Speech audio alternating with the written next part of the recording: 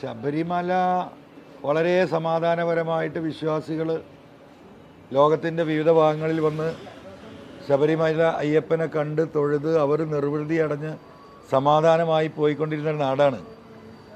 അവിടെ ഇത്രയും വലിയ പ്രതിസന്ധികൾ ഉണ്ടാക്കിയതും വിശ്വാസ സമൂഹത്തിൻ്റെ വിശ്വാസത്തിനെതിരായി കേരളത്തിലെയും ഇന്ത്യയിലെയും വനിതകളെ മുഴുവൻ അവിടെ ഞങ്ങൾ കുടിയിരുത്തും എന്ന് പറഞ്ഞ് അവിടുത്തെ സമാധാനം കെടുത്തിയവരാണ് ഇന്നത്തെ ഈ ഭരണാധികാരികൾ.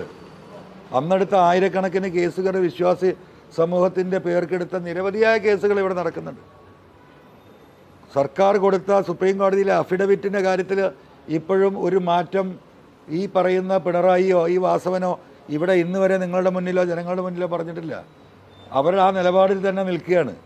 ആ നിലപാടിൽ നിൽക്കുമ്പം ഇവിടെ ഒരു അയ്യപ്പ സംഗമം പോലുള്ള സംഗമങ്ങൾ നടത്തുന്നതിൻ്റെ ഉദ്ദേശം കേരളത്തിൽ ചർച്ച ചെയ്തതാണ്.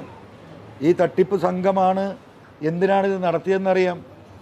എത്ര കിലോ സ്വർണ്ണമാണ് അവിടുന്ന് അടിച്ചു പോയതിൻ്റെ ഞെട്ടിപ്പിക്കുന്ന വാർത്തകളാണ് ഇപ്പോഴും ഓരോ ദിവസവും വന്നുകൊണ്ടിരിക്കുന്നത്. അപ്പോൾ ഒരു അവിശ്വാസി സമൂഹത്തിൻ്റെ കയ്യിൽ ഇതുപോലെയുള്ള ഒരു വിശ്വാസ കേന്ദ്രം ഏൽപ്പിച്ചു കൊടുത്ത് അതിൻ്റെ സ്വത്തും മുതലും അടിച്ചെടുക്കുന്ന അതേ വിഭാഗം അവർ തന്നെയാണ് വിശ്വാസ സമൂഹത്തിന് വേണ്ടിയിട്ട് സംസാരിക്കുന്നത്.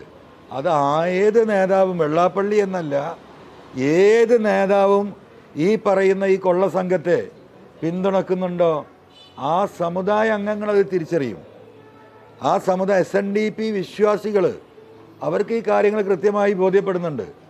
അപ്പോൾ ഒരു നേതാവിനെ കൊണ്ടേ കുടിയിരുത്തിയത് കൊണ്ട് കേരളത്തിലെ ഈ പറയുന്ന വിശ്വാസി സമൂഹത്തിൻ്റെ വോട്ട് മുഴുവൻ അയ്യപ്പ സംഗമ നാടകം നടത്തി അടിച്ചെടുക്കാമെന്ന് ഈ പറയുന്ന പിണറായി ഉൾപ്പെടെയുള്ളവർ വിശ്വസിക്കുന്നുണ്ടെങ്കിൽ അത് തെറ്റാണ്. അതിൻ്റെ ഏറ്റവും വലിയ തെളിവാണ് നിലമ്പൂർ തെരഞ്ഞെടുപ്പ്. നിങ്ങൾക്കറിയാം, ഏത് തെരഞ്ഞെടുപ്പിലും 12,000 വോട്ട് BJPക്ക് അവിടെ ഉണ്ട്.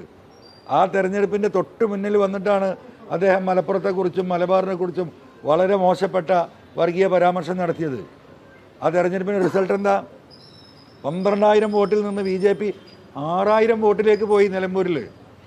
എന്ന് പറഞ്ഞാൽ ആ വിശ്വാസി സമൂഹം, ഹൈന്ദവ സമുദായം ഈ നിലപാടിനോടൊപ്പമല്ല, അതിന് അങ്ങേയറ്റം അവർ മതസൗഹാർദ്ദത്തെ പുൽകുന്നവരാണ് എന്നതിൻ്റെ തെളിവ് നിലമ്പൂർ തന്നെ മതി.